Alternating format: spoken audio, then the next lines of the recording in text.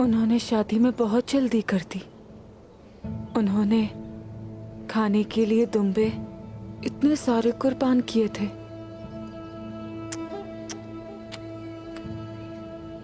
दुल्हन के ख्वाब भी बर्बाद हुए, सब बर्बाद हो गया।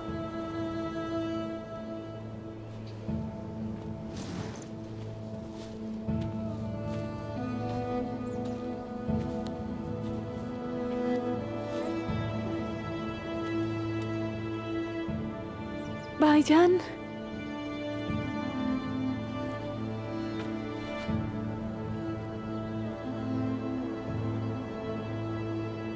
इतनी दूर क्यों खड़े हैं भाई?